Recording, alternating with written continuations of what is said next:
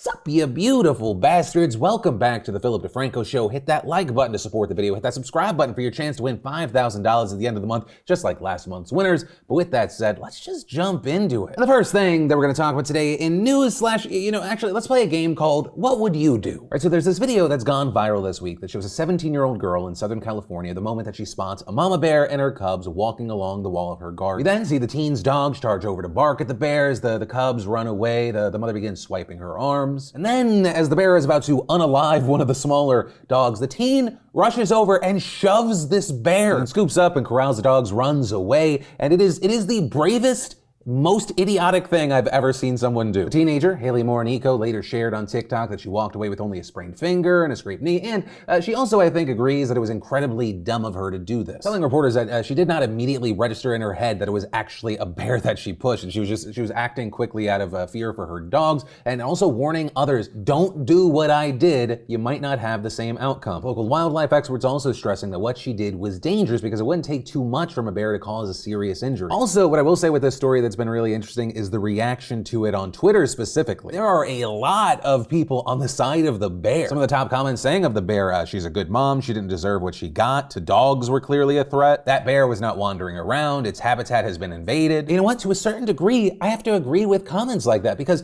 yes, this teenager may have been acting in just like in pure panic, thinking about her dogs, but she infringed on that mother's rights to bear arms.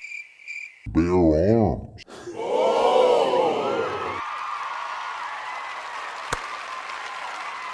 I hate myself. But no, the question I have for you is what would you do in that situation? Or rather, what would you think that you would do? Are you letting Sparky and the boys deal with the bear that they decided to bark at, or are you jumping in? Then, boys and girls, it is that magical time of year again. The 1 month every year where companies that give money to historically anti-LGBTQ organizations and politicians take a break and wave a rainbow flag. But that said, with it being Pride Month, I do want to say two things. One, I see you, you are dope. If anyone ever tries to make you feel less than or wrong because you were born a certain way, that makes them less than. You already know that, you don't need me saying that, but you know, sometimes outside validation helps. And two, just as a present, I want to give you my favorite Pride story so far. And that is a story that allegedly went down in Moses Lake, Washington. So the way the story and the video goes, according to Raw Story, you had a Twitter user by the name of Retro Ushi who identifies as trans and queer, saying on social media, "These people harassed my family because we were flying gay pride flags in Moses Lake, Washington by racing around us and shouting gay slurs." Then explaining, and with us seeing, their boat then literally blew up. Right in the video, you see the boat on fire, the people in the water swimming to the people they appear to have been harassing, with this Twitter user also adding. And just one more tidbit to really drive the karma in there. The driver literally shit his pants and everyone saw when his shorts fell off in the water. And as far as how the hell this boat just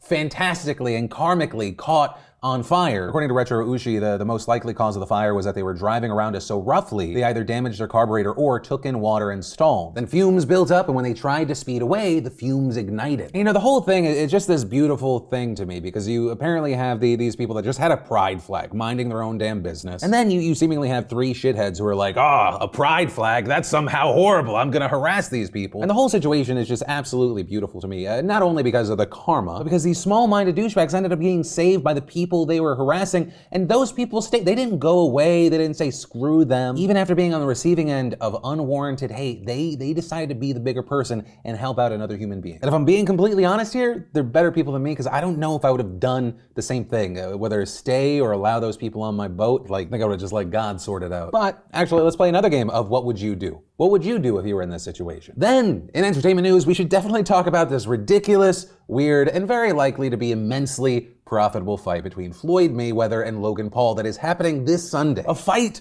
that Floyd Mayweather called a legalized bank robbery. Right, in one corner you have the former 5-weight world champion, 50-0, 27 career knockouts. And then, on the other hand, you have a very big YouTuber with a professional record of 0-1 after losing to KSI in a split decision in 2019. Now, as far as why Logan is saying that he thinks that he has a chance, one, his age, right? He's about 18 years younger. Floyd hasn't fought in 4 years. He's now 44 years old. He has the height advantage. He also has the weight advantage, he believes that he's going to be entering the ring 4 weight classes above Floyd Mayweather, though I think most of the world still does not think that is enough to beat arguably the best boxer in a generation, who right now is publicly saying, I don't even need a hard camp to beat this guy. But let's say that Logan Paul does the unthinkable. He just comes out swinging, he knocks out Floyd Mayweather, right? Because he's not going to want this thing to go long. He's a big guy. He's going to gas out. Today, we learned that if that happened, among other things, Floyd Mayweather's record would still remain perfect. And that's because this fight is not officially sanctioned by the Florida State Boxing Commission, with a spokesperson for the Department of Business and Professional Regulation telling ESPN today, this fight will have no judges, no official winner will be read, knockouts are legal, but once again, no official winner will be read, and KOs are up to the ref's discretion. And with this coming out, I mean, I've seen a number of outlets and a lot of people saying, well, then what's the point? My response to that is the same thing that I would have said at the beginning. Spectacle and money. Both of these guys from this fight alone are gonna make what for any other human being would be generational wealth, with pretty much everyone, including the men themselves, expecting Floyd Mayweather to win, Logan Paul to lose,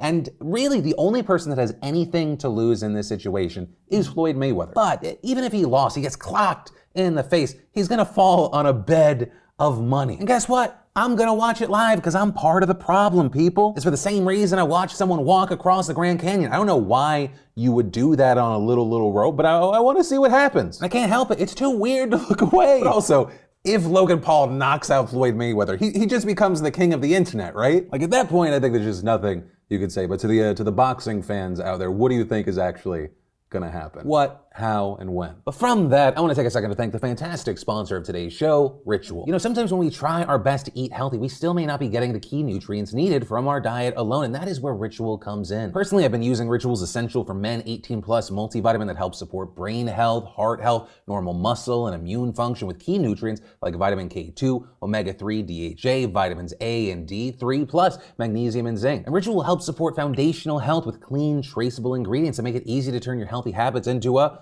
ritual. And their subscription-based supplements are easy to start and easy to snooze and are delivered directly to your door for about $1 a day. It's vegan-friendly, non-GMO, gluten and allergy-free, and you can track where each nutrient comes from right down to the supplier. And best of all, right now, Ritual is offering 10% off during your first 3 months. So what are you waiting for? Click that link down below and use code PDF10 to get 10% off and support your heart health and normal muscle and immune system function today. And then let's talk about really interesting news we're seeing around jobs. It may in fact be your job, something that just impacts you, or something that we're seeing nationwide. Right, so recently, you've probably seen some sort of headline regarding a labor shortage. Right? U.S. Chamber CEO says America's worker shortage is real and getting worse by the day. Right, but that's a headline, it's something that's happening. How does it affect you? And actually, maybe one of the ways that it is impacting you is if you use Uber or Lyft. According to one research firm, the cost for an Uber or Lyft ride was up in April 40%. In March, prices surged by 37%. And a big part of that is because there just aren't enough drivers. And part of the reason that these drivers are not returning or a number of people are not re-entering the workforce is being attributed to President Biden extending the $300 extra a week unemployment benefit through September. And in fact, 42% of people on unemployment now earn more than they did at their jobs. Then you take into account things like childcare. A lot of people have had to work from home. They've had their kids there. They've been saving money in that one way. And then of course, even with about half the population here in the States vaccinated, there are still concerns about coronavirus. And a lot of people also want to just work from home. And actually, in fact, regarding that, according to Morning Consult, which conducted its poll on behalf of Bloomberg News,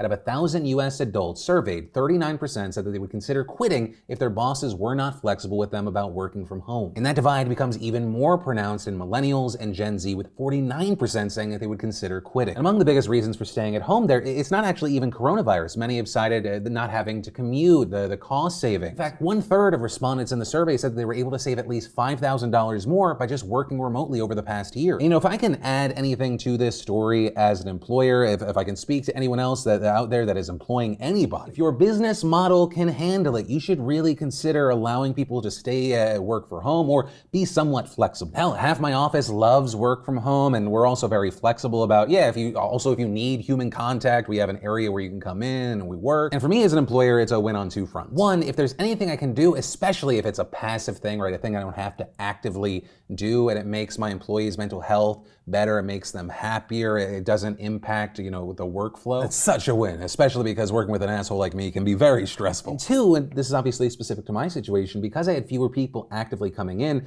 I was able to find a more specialized space that was focused on, for my job, more areas to shoot and like a really high quality edit bay, and we could put more money into soundproofing, and we have like a stage in the back that we're gonna sell tickets and not just throw money into a fire for people that don't necessarily need to be here to effectively do their job. I bought this building, it is an investment, and each month I am now paying 60% less than what I was several months ago. Also, if you're an employer that points to articles like this Forbes article or studies like the one that it covered, it reported that people working from home are having sex, dating, taking naps, and doing side hustles on company time, and you're like, that's the reason we're not gonna do it. The question I have for you is, has productivity dropped? It's the same reason I've never put tracking or, Big Brother software on my employees' computers. If the job is getting done, I don't care what else you're doing. I have an employee during baseball season that is watching baseball while he works. He's top tier, but he always he tries to hide it. I don't care. You're giving me top tier work. It's on time. Do whatever you want. Before I became a professional idiot talking on camera, I worked regular jobs, and in regular jobs, there's a lot of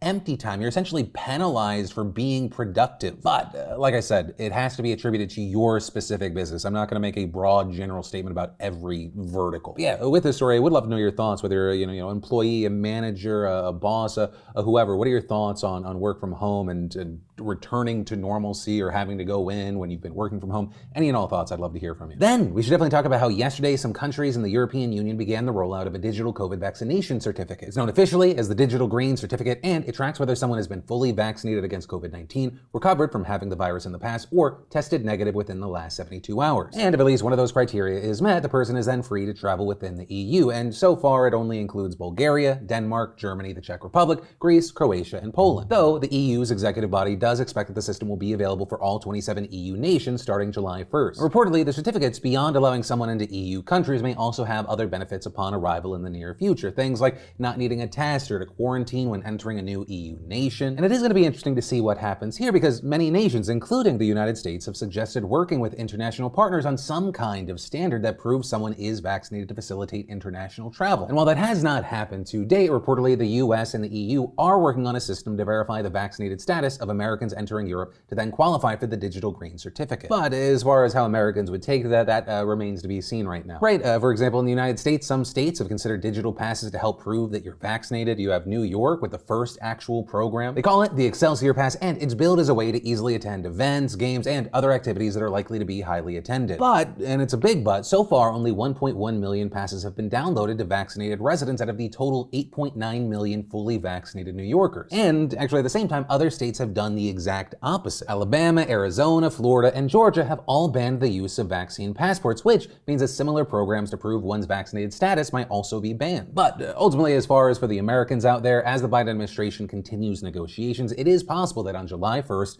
vaccinated Americans will be allowed to travel to Europe without the need of quarantining or taking tests as the world returns to some normalcy. Then we should definitely talk about the upcoming Olympics, because, one of the last times we talked about it, we talked about international concerns about actually following through with the event. Right, well, in a number of countries, we're seeing the number of COVID cases and deaths drop. I mean, yesterday it was reported that there was a 0 death day in the UK, for example. But Japan, on the other hand, is struggling. In fact, a coronavirus state of emergency has been extended in the capital, Tokyo, and 3 other major areas as cases continue to rise. And as it turns out, locally, people are not excited for the Olympics. Recent polling shows that 70% of the population does not want the Olympics to move forward. And in fact, on top of that, one of Japan's largest broadcasters announced this morning that around 10,000 of the 80,000 volunteers who signed up to help at the Tokyo 2020 Olympic and Paralympic Games have quit to date. Right, that's about 12.5% of the volunteer crew jumping ship, and that is not a small number. These volunteers are vital to actually running each Olympics. But still with this, right now the IOC appears to be full steam ahead. The committee's director also downplaying the role of the virus, saying that those who quit did so because it was hard for their schedule. And I mean, as far as what happens next, according to experts, it's purely on the IOC. And that's because reportedly the contract between the IOC and Tokyo is very straightforward. It only gives the option for the IOC to cancel and not the host city. And according to Professor Jack Anderson at the University of Melbourne, under various clauses within this host city agreement, if Japan was to unilaterally cancel the contract, then by and large, the risks and losses would fall with the local organizing committee. And adding, there are billions at stake for Japan and also the IOC in terms of broadcasting sponsorship. And so noting that the only realistic scenario would involve Japan and the IOC jointly pulling the event. And noting that if that happened, then the insurance would kick in. With the BBC reporting that the IOC has insurance, the local organizing committee has insurance, and the various broadcasters and sponsors will also have insurance. With Professor Anderson noting that if it is canceled, it would probably be the biggest insurance payout event of its kind. But also there it is important to note that that's for like the organizers and the big people. With the BBC reporting that it would hardly cover all the indirect costs raked up by investments across the country in anticipation